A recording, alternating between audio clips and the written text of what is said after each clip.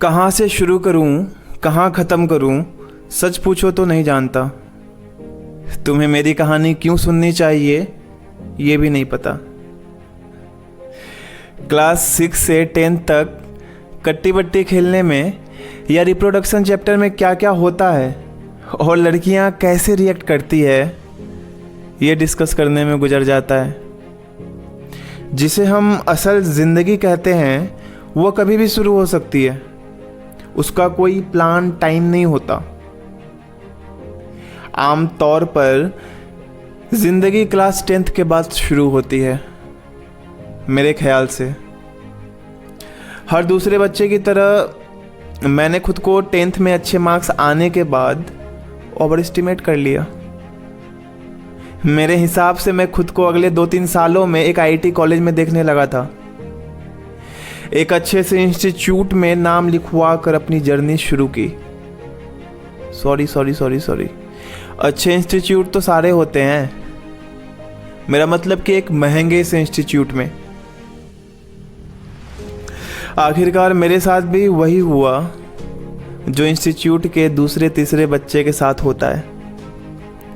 नाकामयाबी से मुलाकात, और अपनी लैंग्वेज में बोले तो औकात का पता चला।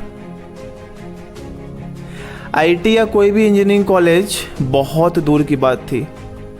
12th बोर्ड ही क्लियर नहीं हुआ, मैथ्स में फेल हो गया।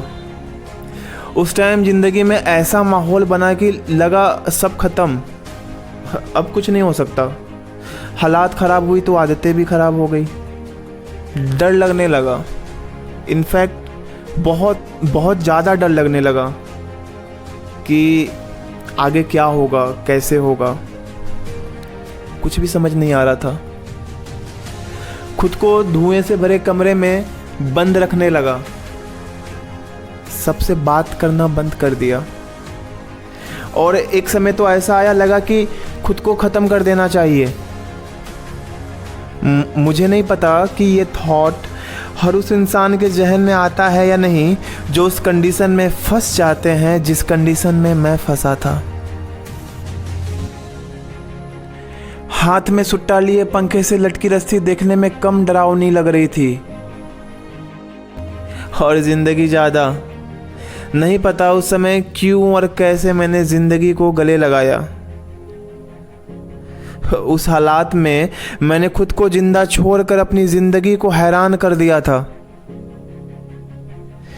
वहां से अब तक का सफर कुछ खास नहीं है, और ना ही कुछ उखाड़ पाया हूं अभी तक। लेकिन उम्मीद है, हाँ अब उम्मीद है कि चीजें बेहतर होंगी, चीजें अच्छी होंगी। देखो दोस्त, मैंने भी ज़िंदगी में अभी तक कोई ऐसा तोप नहीं मारा है कि तुम्हें ज़िंदगी सिखाऊं।